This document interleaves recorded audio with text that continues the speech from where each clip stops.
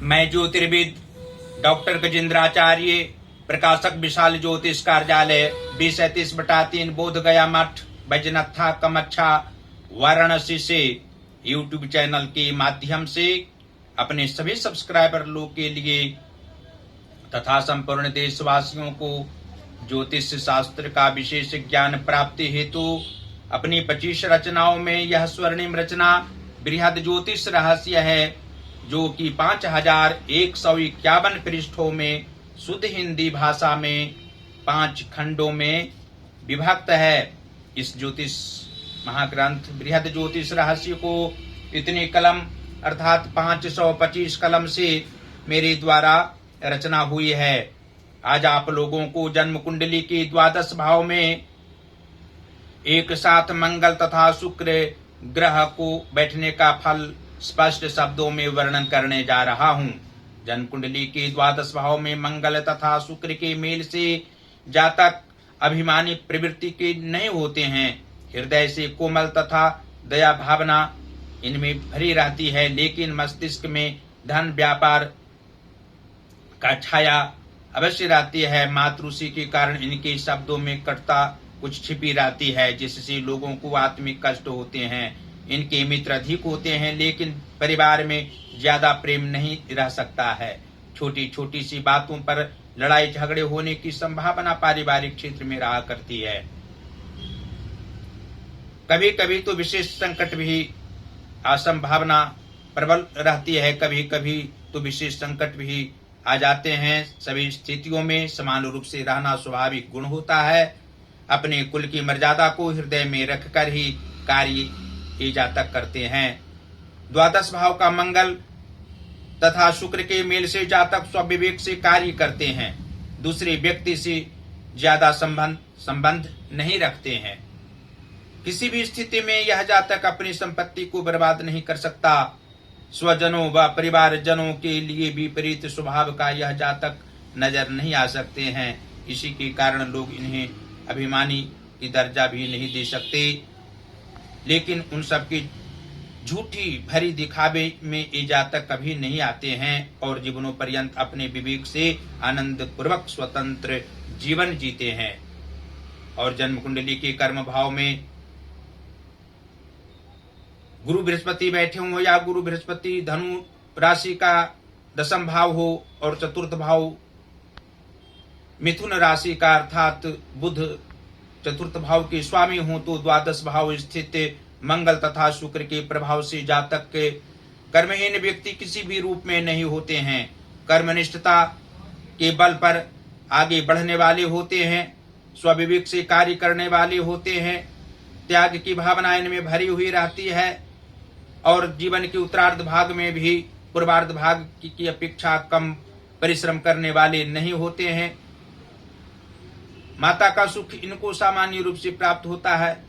इनकी माता को मानसिक कष्ट अवश्य होता रहता है और जीवन के पूर्वार्ध भाग में भी उन्हें संघर्ष करने पड़ते हैं। जीवन के उत्तरार्ध भाग में भी शारीरिक कष्ट के साथ साथ मानसिक कष्ट होते हैं। अपनी माता के लिए ये जातक बहुत कुछ करने वाले होते हैं। सद्भावना सदैव इनके हृदय में भरी हुई रहती है। और जन्म कुंडली के भाग्य भाव के स्वामी मंगल ग्रह हों तथा पराक्रम भाव के स्वामी शुक्र ग्रह हों, तो 12 भाव स्थित मंगल तथा शुक्र के प्रभाव से जातक का भाग्योदय यथा समय पर तो नहीं होता है। जीवन के पूर्वार्ध भाग में संघर्ष करने पड़ते हैं। आया हुआ धन भी हाथ से निकल जाना और स्वजनों में वैर भावना भी रहना जीवन की पूर्वार्ध भाग आने तक आश्चर्य की बात नहीं होती है। पराक्रम की भावना इनमें अवश्य भरी हुई रहती है। सामाजिक प्रतिष्ठा प्राप्त करने के लिए उत्सुक रहा करते हैं, अधिक परिश्रम करने वाले होते हैं, धन का महत्व ज्यादा नहीं देते हैं। प्रतिष्ठा प्राप्त करने की इच्छा इनके मन मस्तिष्क में अवश्य निरंतर निहित रहती है।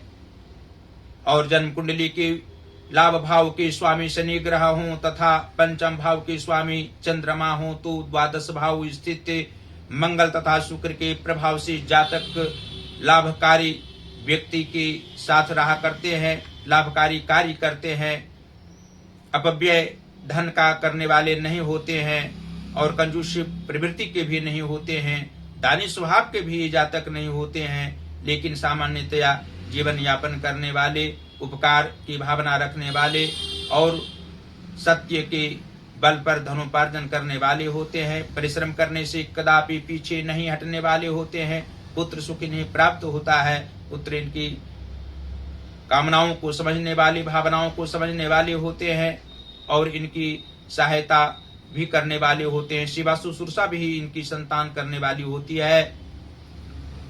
और अंत में यह आप लोग को दर्शा सकते हैं कि दाम्पत्य भाव के स्वामी यदि बुध ग्रह हों और लग्नेश गुरु बृहस्पति हों तो द्वादश भाव स्थित मंगल तथा शुक्र के प्रभाव से जातक पारिवारिक क्षेत्र में सुख प्राप्त करते हैं, लेकिन मानसिक तनाव भी कभी कभी इनको कम नहीं होता है।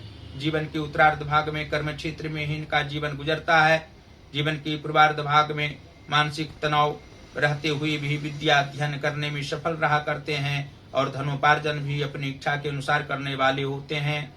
गृह निर्माण करने की इच्छा इनकी पूर्ण होती है। अन्य प्रकार के कार्यों में भी सफलता इन्हें प्राप्त होती है। शरीर भी इनका देखने योग्य होता है। शरीर में बल की कमी नहीं होती है और मनोबल अंत अवस्था तक मन मस्तिष्क में रहा करता है। और जन्म कुंडली के 6वें भाव के स्वामी सूर्य ग्रह हों और 8वें भाव के स्वामी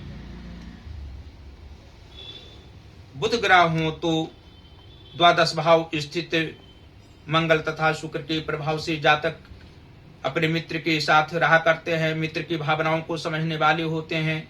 आयु इनकी कम नहीं होती है, दीर्घायु इनकी होती है और ये अपव्ययी नहीं होते हैं। किसी भी रूप में धन का अपव्यय करने वाले नहीं होते हैं। धन संग्रह करने में ये सफल रहा करते हैं। तेज मस्तिष्क इनका होना स्वाभाविक बात होती है। और जन्म कुंडली के नीच भावों में यदि शुभ ग्रह बैठे हों और शुभ भावों में पापक ग्रह बैठे हों तो द्वादश भाव स्थित मंगल तथा शुक्र के प्रभाव से जातक को किसी भी प्रकार के शारीरिक कष्ट नहीं हो, मानसिक तनाव भी नहीं हो और आर्थिक तंगी नहीं हो। इसलिए मंगलवार को मंगलवारी का व्रत करना भी श्रेष्ठ रहेगा। धन संपदाओं का अभाव नहीं रहेगा इसके कारण। और शनिवार को पीपल वृक्ष में जल देना भी जातक के लिए श्रेष्ठ रहेगा। कम से कम 15 महीने और 2.5 वर्ष तक पीपल वृक्ष में प्रत्येक शनिवार को जल देने से शारीरिक, मानसिक तथा आर्थिक कष्ट नहीं होंगे। और अंत में फिर इस ज्योतिष महाग्रंथ बृहद ज्योतिष रहस्य को आप लोग अपने अपने घरों में अवश्य मंगवावें। इसको पुस्तकालय, विद्यालय, महाविद्यालय या विश्वविद्यालय कहीं भी रखा जा सकता है। इसका अध्ययन करने वाले पाठक जनों को अवश्य ही ज्योतिष शास्त्र का विशेष ज्ञान प्राप्त होगा, जिसके कारण अनेकों जन का कल्याण आप लोग कर सकेंगे। सामाजिक प्रतिष्ठा को निश्चित रूप से प्राप्त होगी। इसके कारण इसको मंगवाने के लिए हमसे सीधा संपर्क कर सकते हैं और हम यहाँ प्रकाश की ये कार्य करते हैं। यहाँ से हिंदी का पुस्तक प्रकाशित करा सकते हैं, संस्कृत का पुस्तक प्रकाशित करा सकते हैं, इंग्लिश का भी बुक प्रकाशित करा सकते हैं। हमसे सीधा संपर्क करें। पहला संपर्क का नंबर है जो मेरा व्हाट्सएप नंबर है 94512287 और 47। दूसरा नंबर है जो मेरा पेटीएम नंबर है 88407617 और 92। देवादिदेव महादेव भगवान श्री काशी विश्वनाथ जी की असीम कृपा आप लोगों पर बनी हुई रहे। माता अन्नपूर्णा जी की भी कृपा बनी हुई रहे। आप लोग सदैव स्वस्थ रहें, प्रसन्न रहें और हमारी सभी रचनाओं का अध्ययन वीडियो के माध्यम से, यूट्यूब के माध्यम से करते रहें। जो ज्योतिष महाज्ञान हमारा चैनल है उसको अवश्य ही सब्सक्राइब करें, घंटे का बटन दबाना कदापि न भूलें और वीडियो को शेयर अवश्य ही करते रहें। आप लोग सदैव स्वस्थ रहकर हमारी सभी रचनाओं को 25-26 रचनाओं जो हमारी हैं उसको अध्ययन पुस्तक मंगाकर करते रहें और प्रसन्नचित आप लोग सदैव अपने परिवार परिजनों के साथ सुखमय जीवन व्यतीत करते रहें। धन्यवाद।